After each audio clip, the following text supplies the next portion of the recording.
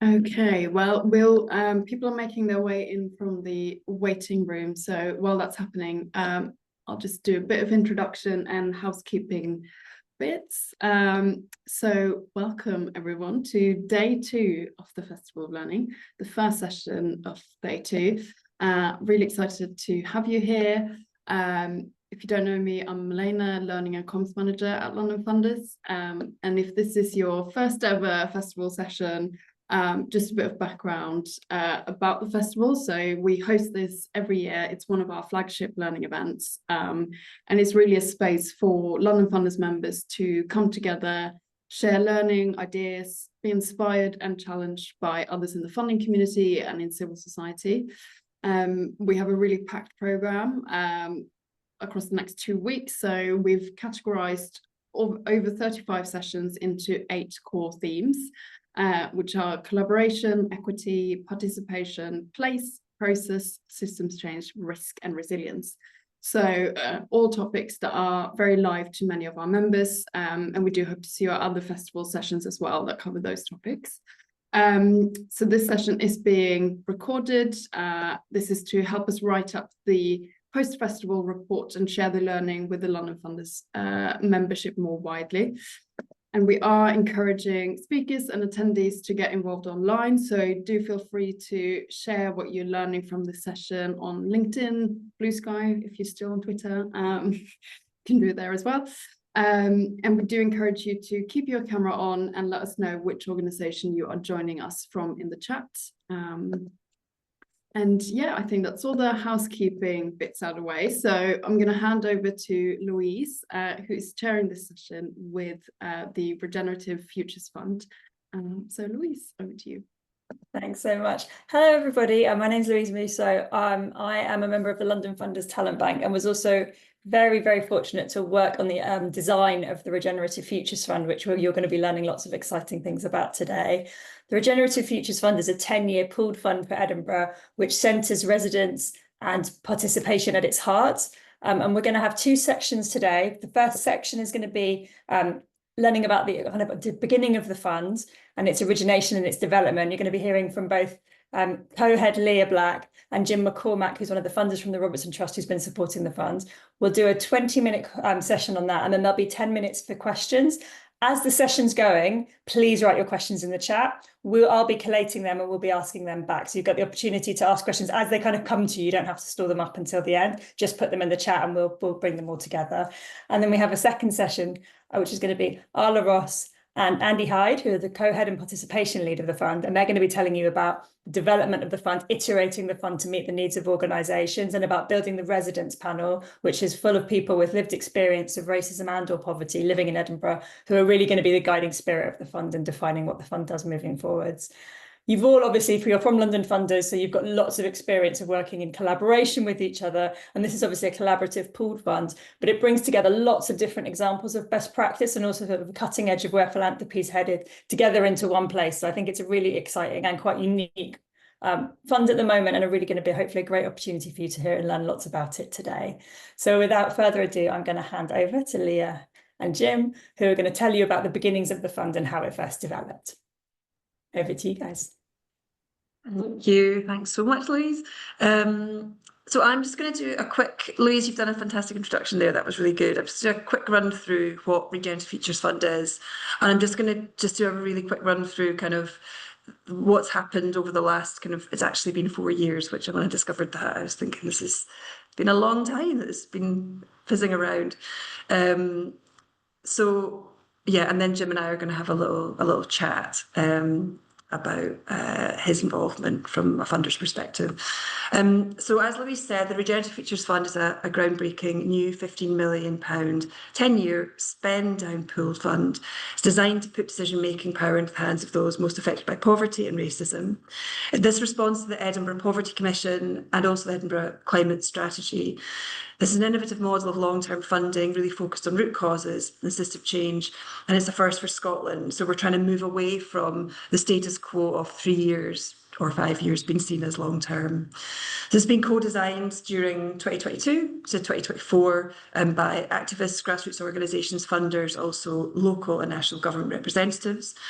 And the Regenerative Futures Fund will support groups working together to tackle interconnected issues of poverty, racism and the climate crisis. And the way we do this is by offering unrestricted funding, long-term funding, and enabling community-led change that's sustainable and innovative and impactful. We have something called a governance ecosystem that shifts decision-making power to residents with lived experience of poverty and racism and takes an intersectional approach.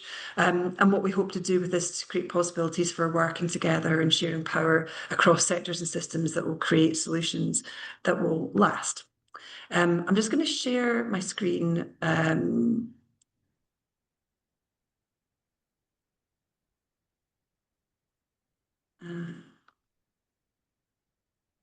just going to share this slide here. Hopefully you can see that. So this is just, there's some small words in this slide not intended to be read, but it's more just to kind of give you a bit of a whiz through what's happened, I suppose, over the last 4 years. So this started off as an idea in 2021 and grew out of the Poverty Commission, and my own experience of being in a charity, shared experience with lots of other charity chief execs, short-term funding, and trying to marry up. We have a Poverty Commission that talks about ending relative poverty by 2030. How do we do that with short-term funding? So this is kind of where it started. And then I like this term fellow travellers, which was coined by a colleague of mine and Jim's, Chris Adams from the council.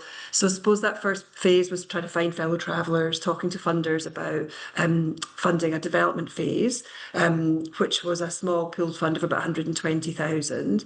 That took us through to this section in the middle, which is all these bubbles, which is actually something that Louise helped out with as well. So this is a kind of a visual summary of all the work that we did during the development phase. So we work with community organisations, funders, local authority, and End Poverty Edinburgh, who are a group of people who have experience of poverty, who would gather together during the Poverty Commission. The group's kind of grown and developed over the years.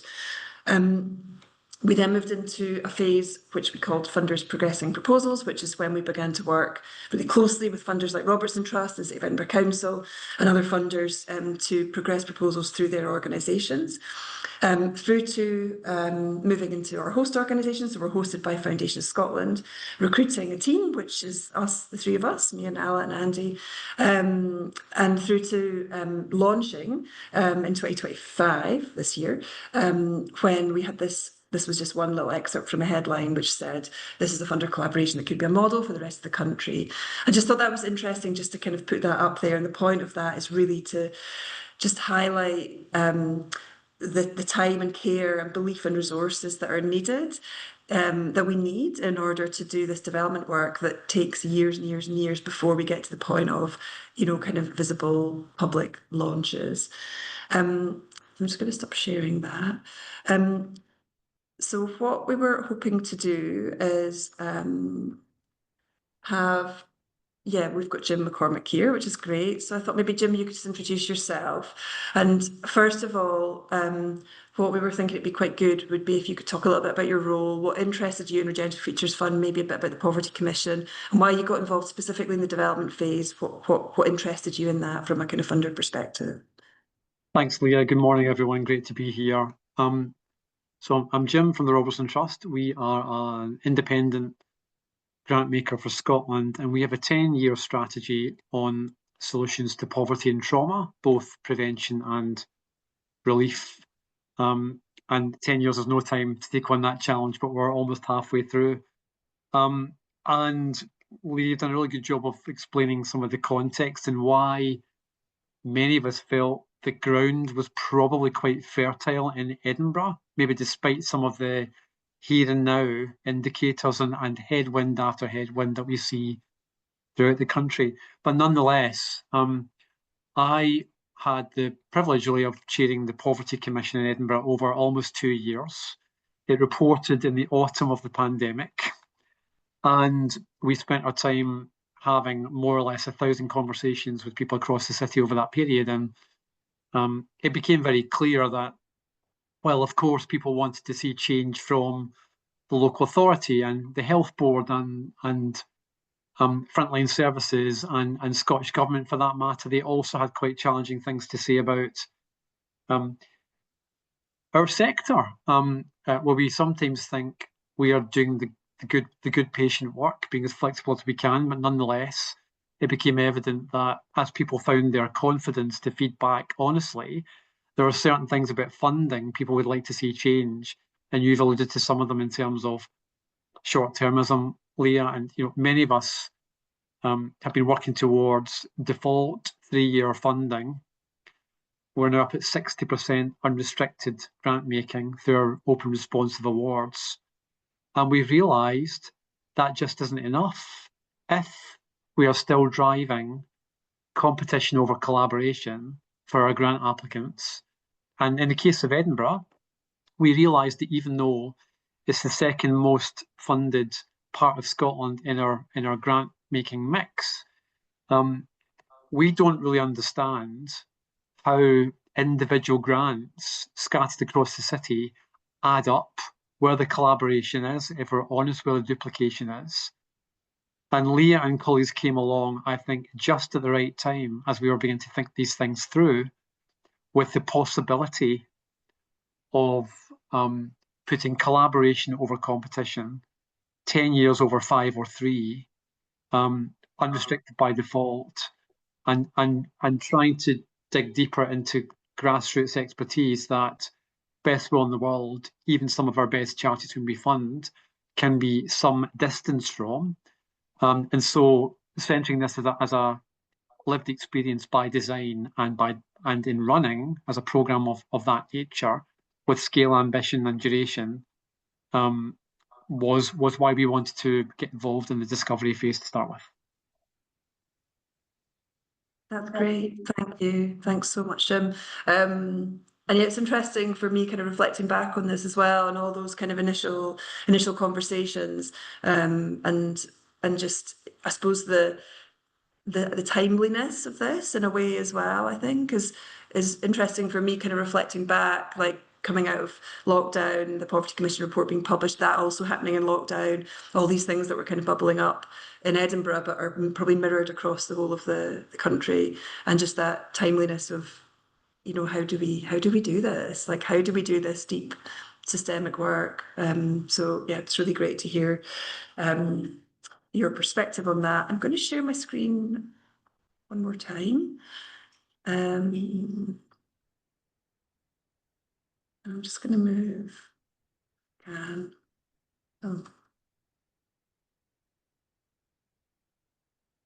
All right.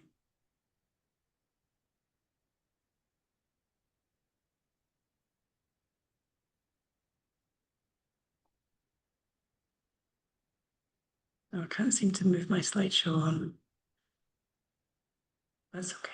I'll just talk, it's fine. I'll just have this in front of me.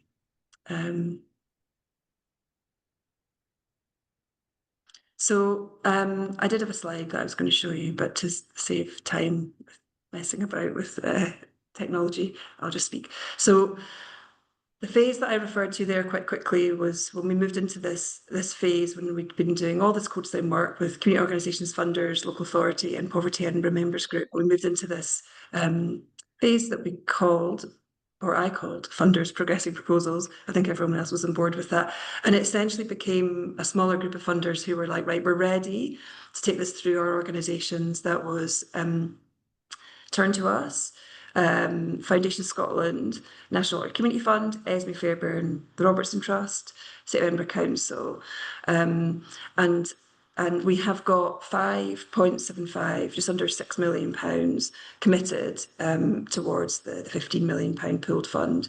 And there's been all sorts of interesting conversations, some challenges.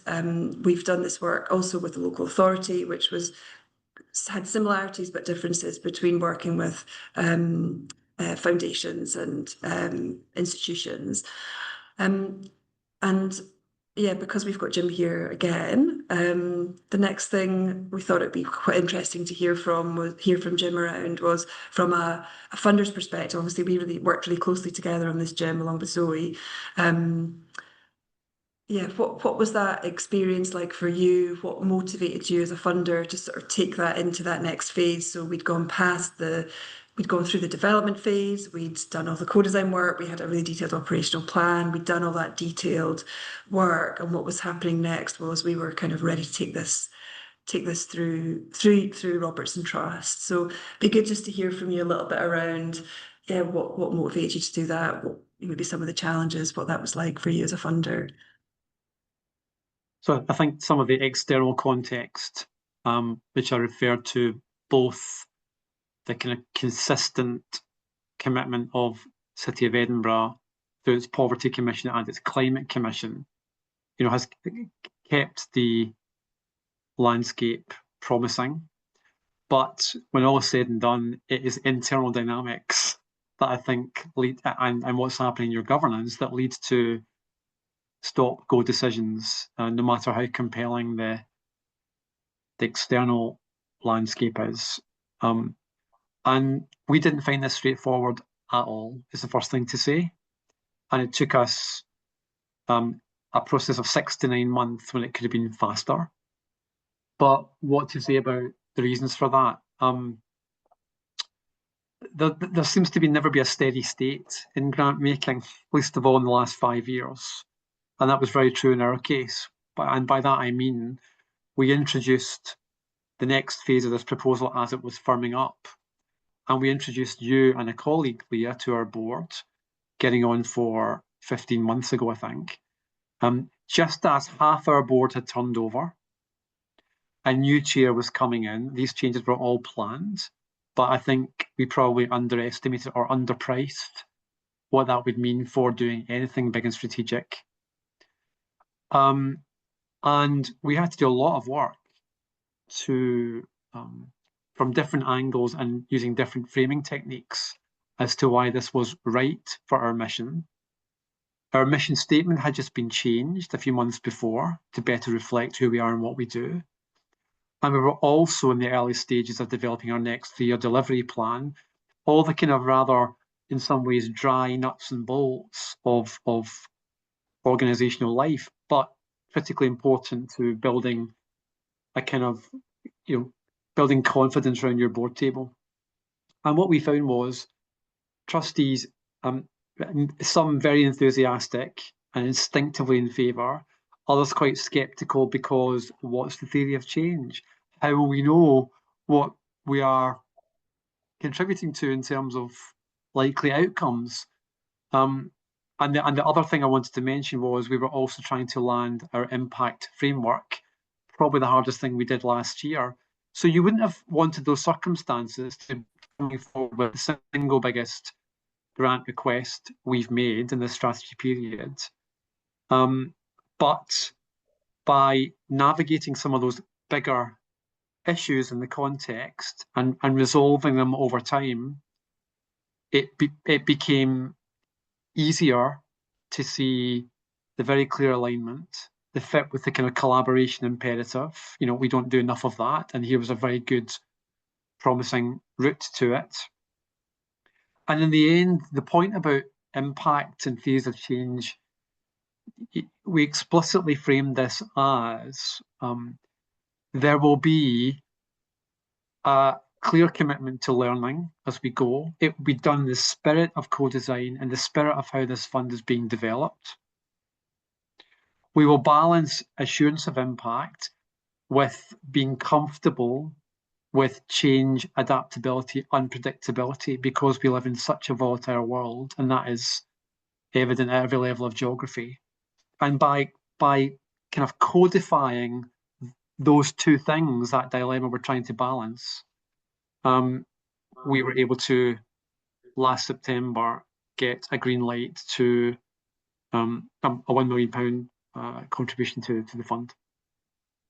It's maybe more detail than you wanted, Leah, but I hope that's helpful. It's great. It's so great to hear all of that, Jim. And it's just interesting also just kind of, for me, as hearing you speak and reflecting back on that and some of the conversations. I don't know what questions people are sort of have in their heads at the moment, but there's lots of other, we could have a whole session on this, couldn't we? There's lots of other interesting things around the risk that people feel around the shift of power, because that's such a big feature of Regenerative Futures Fund, is that decision-making power is going to lie with residents of Edinburgh, and that's a big shift, and that was a huge shift in the work that we did with City of Edinburgh Council as well, around decision making, and how does that feel for people, because that's new, and that's one of the kind of more radical parts of what it is we're trying to do, is that shift in share of power and shift of power, which Andy and Ala are going to talk more about as well, and yeah, the kind of emergent rather than linear is such a difficult thing for people to get their heads around. We've been talking a lot about collaboration over the last few weeks as well, and linear processes don't tend to allow for that kind of emergent work and emergent ideas. So that's brilliant. The slide I was going to share, we can maybe share them afterwards. It just has a kind of outline of all the different funders that are involved, and just to say that we have a mix. So Jim said that this is the largest award that Robertson Trust have made in their strategy cycle. There's a lot of kind of firsts. It's the first time City of Edinburgh Council have done anything like this. They've committed £1 million, and Turn to Us is a funder that doesn't normally fund organisations, and they've committed £1 million. So there's quite a lot of firsts for funders and the local authority, which is hard as well. Doing something the first time can be challenging, or is challenging. We know it is. So, okay, over to you, Louise. Thank you so much. That was so interesting. I've got a really interesting question that kind of follows directly on from Jim, what you were just saying, from Melina, which is, we've also found that funders' own processes, cultures, etc., can be the biggest blocker of collaboration and braver work. And we can ask this to both of you. How can we be more agile as funders and have the courage to step out of our comfort zone? So first over to you, Jim. How do you think we can be more agile as funders? I think really being clear about the risks of the status quo, and really being willing to scrutinise your own operating model and hold up a mirror to it. And that really helped us to, while still honouring some of the good things we've been part of previously, have a thoughtful critique about why, if we just carry on in that pathway, we will land short of our own mission, and we will land short of the risk appetite the same board members a year previously had set for us. And in fact, in our Audit and Risk Committee, we're now talking about risks below the line where we're not taking enough risks. So these conversations being really embedded in that wider governance and organizational life, and looking for the hooks that are there that help you make the case, so it doesn't feel like it's landing from nowhere. I think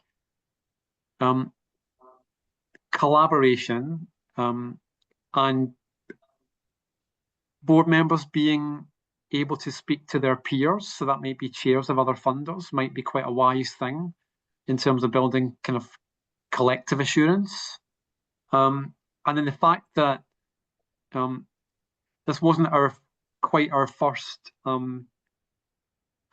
contribution to a pooled fund, because 6 months earlier we had, along with what is now 7 other funders, helped develop a new human rights fund for Scotland, also hosted by a very expert peer in the field, in this case Cora Foundation. So all these points, I think, added up to create the conditions for a yes rather than a no.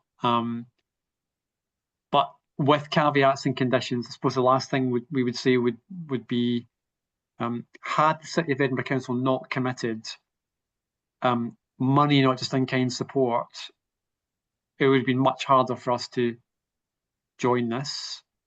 And we are able to contribute to the learning and oversight infrastructure around this. So it's not, although it's pooled and delegated, it's not hands-off. We're very much there to learn and support it in an appropriate way, completely recognising the explicit intentional shift of power that's behind this model at the same time. Thanks. And I've got a question for you, Leah. Given the timeline that you showed, how much of that time do you think is essential time that really does need to be spent on the development versus like philanthropic drag, which to Jim's point is the thing that we always find in philanthropy, that everything takes slightly longer than we thought it would and feel it should as well. So do you think that the whole, what's your sense of like how long that process could be if philanthropy was able to move a bit faster? And what do you think that could look like in an ideal world? Seeing as the fund is really visionary, I'd be interested to see in your vision for philanthropy as well. I mean, in an ideal world, you could do that development phase in, 12 to 18 months, I would say. The fact it's taken 4 years is, just multiple reasons. I mean, the 4 years also factors in, an idea, but then everything has to start with an idea, doesn't it? And a person having an idea and then trying to progress that through, getting buy-in, getting the fellow travelers and all of that. But yeah, I think if philanthropy was ready for this, and had ways to sort of make these decisions more quickly and more easily, then yeah, 12 to 18 months. I think the local authority thing is really relevant and interesting too, just in terms of this being place-based. And then the caveat that the funders built in, some explicitly, for example, the National Lottery Community Fund said we'll put £2 million into this, but we want to see cash, ideally, contribution from the local authority. So that complicates things, because then you've got politics in your local authority, depending on what's going on in your local authority. So I suppose in terms of place-based working, but again, if we had, and we have an example in this, if we can share more of our working and share more of our learning. I'm doing a presentation actually with the Chief Executive of Edinburgh Council in a couple of weeks' time, and we're going to talk about this exact thing. So what do local authority leaders need to do? How do they create the conditions for this kind of work to happen in places? Because we need to do this together. There's no point in doing this if it's not in a kind of systemic way. Thank you. And we've got another question. Hearing about how this is a first for many funders, including public funders, how can we make sure we sustain this type of work and don't slip back into old habits? I sometimes worry that funders might do 1 or 2 collaborations here or there, or something else that feels radical, but then that way of working doesn't filter through the rest of the organisation or become the new normal. So how do you think we make it stick? And I'll pass that to you first, Jim, and then I'll hand over to Leah as well. Honest answer is I don't know, but I think it starts with that being the intent. And I think just naming that as your intent, and then you set out looking for the evidence to support that intent, and then you also know quite quickly if you're off track. I think being able to build some momentum around the diminishing returns of a status quo model, and some of it is, it's like the 3 horizons model, isn't it? Some of it has to remain, some of it will always be there. We can't walk away from mitigation in the face of a policy crisis, crisis.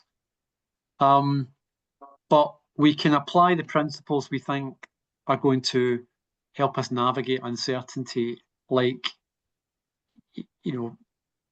trying to elevate collaboration over competition. Being self-critical about 3 years is long-term, it isn't. Being thoughtful about how we define and how we track impact. Being rigorous about lived experience expertise. That's not an easy thing, and that's not a loose thing. It can be done badly or well, and there's always a mix of do's and don'ts. But I would say, as far as possible, having trustees and staff on common ground, not allowing things to diverge, and you have to work at that. It goes in phases. And the point about peer-to-peer relationship building, so not just we've all put our money and our hopes and dreams into a pooled fund, but we all really have a stake. We all are motivated. We're all bringing curiosity and humility to it. So I think ultimately it's as much about values and relationships as it is about budget setting and delegations of authority. Thank you, Jim. I did say I was going to jump to you, Leah, but we're actually at time, so I'm going to hold that thought. Jim, I think you have to leave us now, don't you? Thank you so much for your contribution. It's been really fascinating perspectives on the fund. We really appreciate your time. So thank you for joining us. Great to join you, and I hope to come and engage with London funders, maybe in person, before too long. Fantastic. Thanks Take care. Bye, Leah. Thank you. See you soon. Bye. Great, thanks so much. So we're going to hand over now to Ala Ross and Andy Hyde, co-head and participation lead of the fund, to tell you a lot more about getting started on the actual delivery and the kind of nitty-gritty of evolving the fund live. So handing over to you, Ala. Thank you, Louise. Can you hear me? I assume you can. So I was working through this morning and realized I actually need to cut it in half. I've got so much to say. There's so much more that could be said than what we've prepared. And I think it goes back to what Leah and Jim was just saying now, is that so much of people's energy and time and commitment goes into the fund, and we're constantly trying to honor that. So the 4 years that Leah, the community of organizations, local residents, and funders poured into it was rooted in people's experiences living in poverty, experiencing racism and hardships. And I joined back in November. This is in our year 0. And I think we've just been mindful of bringing each other as a team of 3 back to centering those people's experiences with poverty and racism, keeping that in the foreground. And the way we honor that is by pausing, reflecting when we need to, and making sure we're keeping to those commitments, and accepting that this is a very iterative process, which is what I just wanted to talk about today with an example. So we call this year 0, as I think Leah showed on the timeline. So much has happened. I don't know if it's a fair term for it. On the operational side, we're running monitoring and evaluation and learning spaces. We're doing communications and outreach to the city, to the sector. We started on the grant making process that's being changed, which is what we'll talk about today, in real time to respond to the needs of grassroots organizations. We've expanded staff and brought on Andy Hyde, who's our participation lead, and recruited the residents panel. So there's a lot happening, and really we're constantly expanding the vision and the planning of the fund as we hear from organizations, charities, and the sort of struggle. I was going to talk about the sort of context, but I think Jim has really touched on the poly crisis, and I don't know if anyone needs any data. But with the sort of context that we're all aware of in mind, I just wanted to talk about, I like how Jim called it the spirit of the fund, or the ethos of the fund, moving through this unpredictability of the political, the economic climate, and adapting in real time, which is very radical. And we're really, really lucky to have funders that support and encourage this. We're really lucky to be able to take the regular feedback from organizations and listen to that. And I mean, like, listen and adapt in real time, and not being too precious about the sort of rigidity of the grant making process. And actually, on occasion, throwing it out the window. I think a big part of this that we really want to express through our communications and how we talk to the charities and the residents is being the sort of open learning, and admitting faults in the process, and always being there to listen and to learn, because we know this is a new fund and we can't get it right off the bat. So the example I wanted to talk about is something from the operational plan, which was the sort of initial call for organizations of the fund. It was envisioned originally as a closed fund, in which grassroots organizations would be sort of contact to apply. After consideration, we opened it up with the idea that we could get some unseen and unheard voices that we weren't familiar with and expand our horizons. And basically sent out something called a self-recommendation form, which is a very like a tick box exercise expression of interest. We thought we would be getting a couple dozen of those, and we got 265 of those, which made us realize that we needed to stop and reflect and adjust. So I think there was a sort of disconnect in how we thought we were communicating the very, very specific lens nature of the fund and there was, you know, complex low barrier of entry. They just had to tick a box, but also this funding scarcity meant that everybody was throwing their hat into every ring. So instead of panicking, which maybe I did a little bit, what we did was we leaned into the magic of doing something new, making changes to the process and allowing ourselves that grace as we move along through the process, and then trying to bring everyone in the sector who's applying and beyond that along through the journey. This meant that we needed to educate people on the intersectionality as the lens of the fund, on the approach we were taking, the 3 horizons: long-term thinking, transformational, systems change approach, and sort of, have that as the framing of the fund. Throughout this process, we then learned that there was quite a huge appetite for collaboration and for organizations to connect. So we adjusted to, fold in collaboration sessions for organizations to meet, and realize that that was just the tip of the iceberg in and of itself. So we went back to the drawing board and just reflect on the fund. Is this fund doing what we need it to do?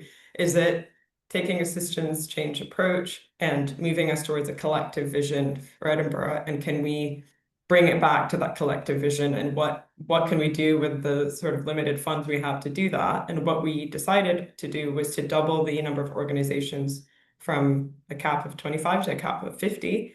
That would be in the funded capacity building phase, while also keeping the door open for the organizations that aren't funded for that phase to join a network that we are still trying to, navigate and plan for, to sort of support network of grassroots organizations across the city.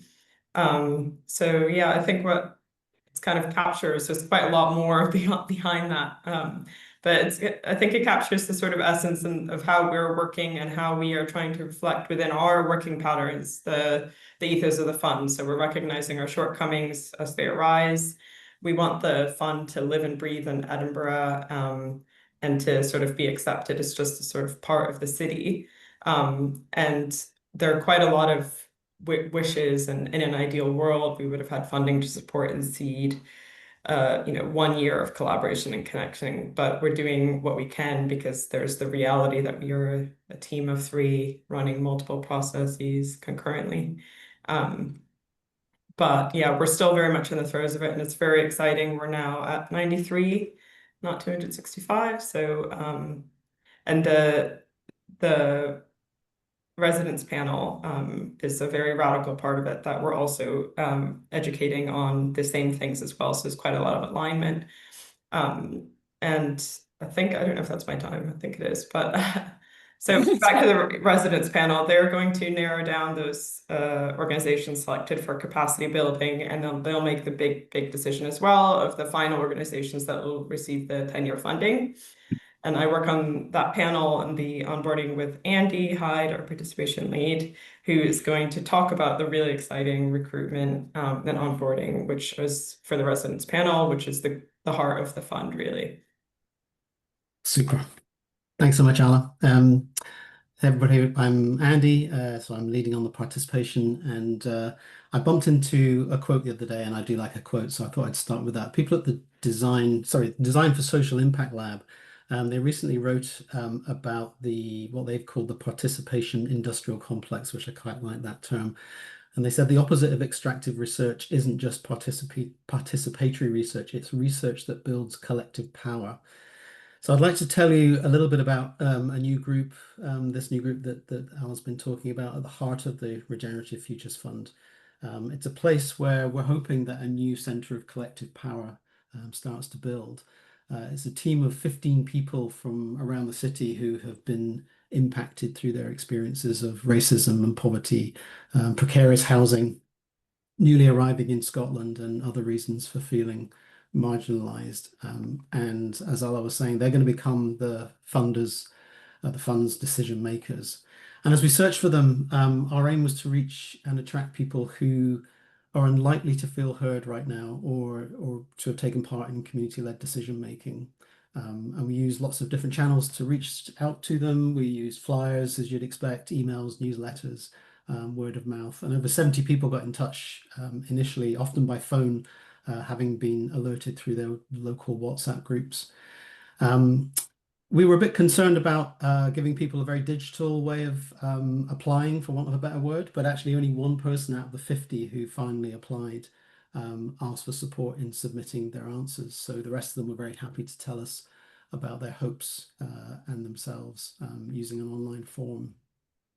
We worked with our early decision group. I don't know, we didn't really describe them so much, I guess, in the introduction, but we've worked with experts in racism and poverty over the months to advise us before the residents group got together. And the early decision group helped us to select those residents that we felt best fitted our hopes for a diverse team, but also a geographically representational team from across the city.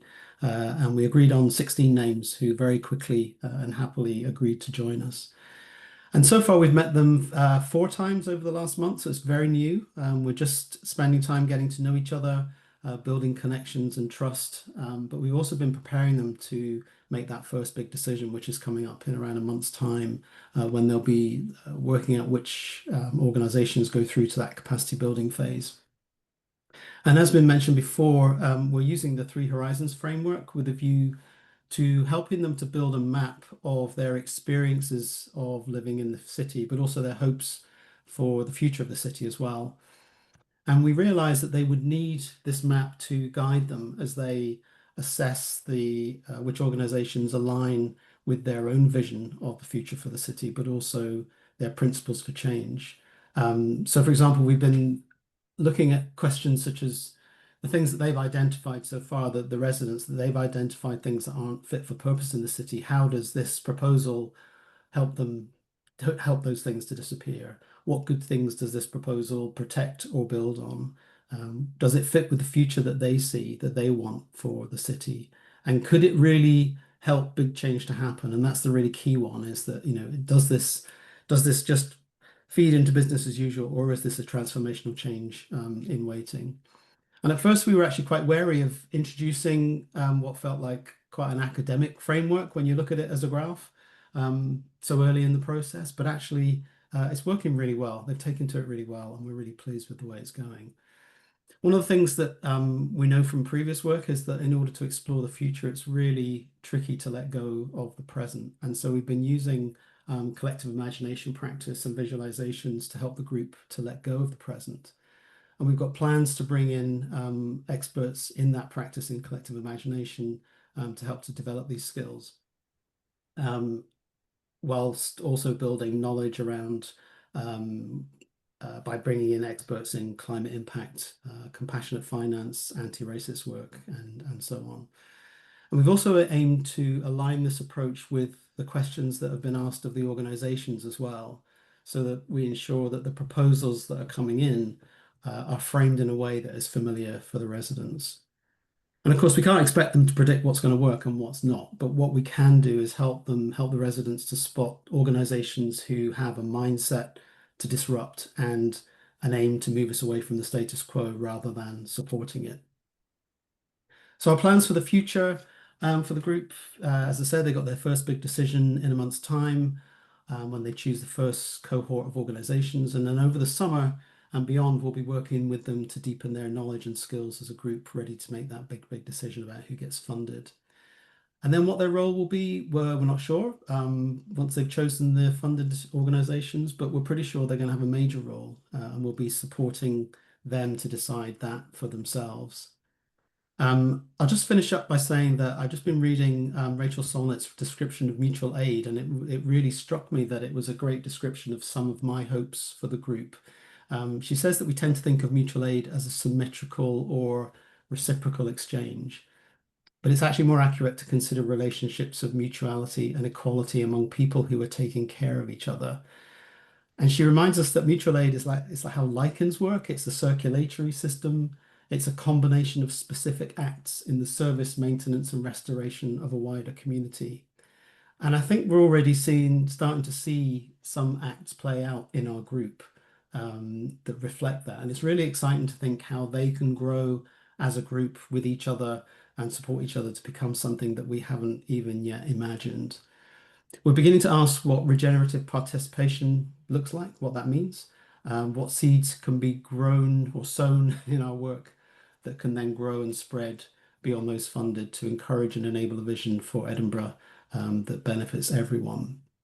And it feels like a really huge opportunity to explore a totally new approach to participation that can be woven into radical approach to funding. And it's going to be really exciting to see how it pans out. And we'll be sharing what works and what doesn't as it goes. So with that, Louise, I'll hand back to you. Thank you so much, Andy.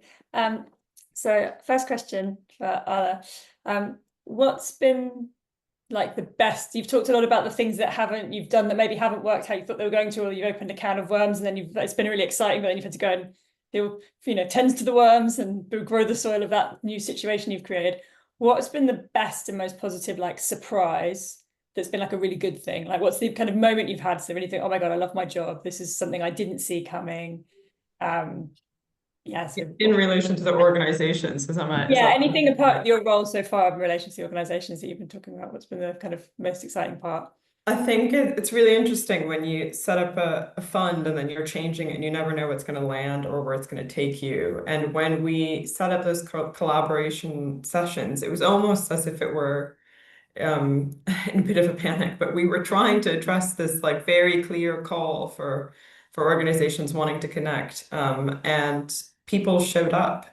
Large groups of people were showing up every day for these virtual collaboration sessions, and they were in little breakout rooms and they were just chatting away for an hour and a half and building really strong connections, and then emailing us that they wanted to reference each other and applications. So it was a meaningful level of collaboration. And a lot of people saying, oh, I've joined the collaboration session and I realize now that that project is not actually fit for the fund. And I think we've got success buckets that we keep within our team of 3. And I think when people come to a realization that they aren't fit for the fund, and they'll send us an email and say that, but that they encourage the fund and they would like to stay in the loop. I find that it's very touching in a way to say that it's to step away or to make room for others, which is what people do. And that's what's great. Thank you. Maybe I've got a question from Jess Goulson for Andy. Are the participants paid for their role on the panel? Yeah, sorry, that was a huge omission on my part. I should have said they're paid. They are paid for their time, and in fact, we wanted to pay well above what people would normally receive when they're participating in other projects that we've been involved in. And we came across a really useful framework set up by Scottish Government, which we've adopted, so it sets out the sort of pay that you should expect as a participant for half a day, a whole day, and extra hours. So you can read more about that on our website. But yes, they do indeed get paid. Thank you. If I can just add to that really quickly, when we're talking about the exchange, in terms of like the knowledge exchange that we're having, but also just the time that we're sharing with these residents, is that the operational plan of the fund is really, really careful to make sure that the engagement with them is not extractive. So we're doing things with the residents beyond them learning and being trained on a grant making process or feeding into that. So there are excursions planned, having sort of opening the world of Edinburgh, which can be very exclusionary for a lot of people.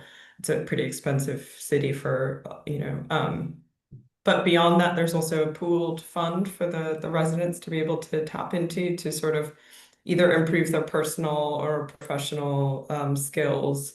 And what's another sort of success or like really just amazing thing is that when we didn't know how to sort of address that to the residents panel or bring it up, and one of the questions immediately asked is, could we use that funding to do something together as a collective? And so there's already that sort of collective spirit within the panel, which is really good to see. And they're just absolutely lovely people. Thank you. I'd like to pass the kind of pinch me moment question over to you as well, Leah. Like, what's been, since things have been actually getting going, because you've only spoken about the development, but obviously you're co-head with Arla, so you've been leading together on the kind of launch of the fund. What's been something that you felt was really special, or made you really feel like, yes, we're on the right track here? So many things, honestly. Like, I'm a crier, so I was like in our first. I honestly had a moment where I had to stop speaking because I got quite overcome with emotion. The first time the residents met, for me was just like a really like special and emotional moment to be in this room. So Louise, you did a bit of work with us on this as well, and having, I suppose, had an idea, worked through loads of different stages, brought loads of people on the journey, all the kind of input, and this idea of actually having, people with lived experience who are going to be part of our governance ecosystem, who are going to make decisions, who we're going to share power with, who funders are going to share power with. It's words in an operational plan, isn't it? It's words that you've written in a blog, it's things you put into proposals to funders. And to actually get to that moment, the first meeting was just, I hadn't really thought I would feel that way. And in that moment I thought, my goodness, this is the work, this is the core of what we're doing here. And the fact that this group, I didn't actually share the governance ecosystem because there's quite a lot of small words on it, but it might be something that would be interesting for the group here if they're interested in sort of more information on that, because it's really important. Governance is really important, and how we make decisions and who we include in decisions is really, really important. I think it can be very kind of overlooked. So for me, that's been like a really pinch me moment, or like I love my job moment. I love that phrase, Louise, and I love my job moment. So yeah. Amazing, thank you. I feel like I also need to ask you that question, Andy, because we've got to hear from Arla, and you might have to take one of them, but you might have to think of another one, because I think there are quite a lot of amazing moments in the fund, so maybe you can find another one to share with the group. Yeah, I think I just have to go back to the group because we've had some amazing conversations. Am I allowed to do a group one? So I think it was a couple of weeks ago, and Ala had a lovely idea of them bringing in an object that represented something to them, and to tell a story around it. And we put aside, I don't know, 45 minutes or something for this to happen, and then lots of other things to do we have 4 hours with them. And we spent 4 hours on those stories because actually it felt so important to share them and to give the people time and space. And as they each told their story, I think, there were hugs and there were tears, and actually it was a super important time. And I think at that point I thought, this is exactly what it's about. It's not about the rest of the agenda. It's not about the other things we need to get through today. It's those connections and relationships, and to have the luxury of that time to do that is so important, but actually such a real pleasure as well. So that was a real kind of pinch me moment. Thank you. Thank you. I think that's probably a really good moment to stop and hand over to Leah for some closing remarks. And I think she's got a slide to share about following up as well, if you'd like to learn more. Great, thank you. And we've run completely to time as well, which is fantastic. Thank you, Louise, for keeping us on track. So I think this is going to work. I've now worked out how to share the slide. Yeah, it's good. So this is just like a way to end this, which is basically, there's loads of other things that we would love to talk more about. People working in funding organisations, you're probably thinking about loads of these things. What we think, but we don't know for sure, is that we are combining features and elements of place-based system change in a way that's maybe not been combined before, but maybe it has, and we just don't know about it. So we just wanted to put this out there. If there was more opportunities to have conversations, we'd love to share learning with and learn from others on some of these areas. So thinking about how we work towards 10-year horizons, building cohorts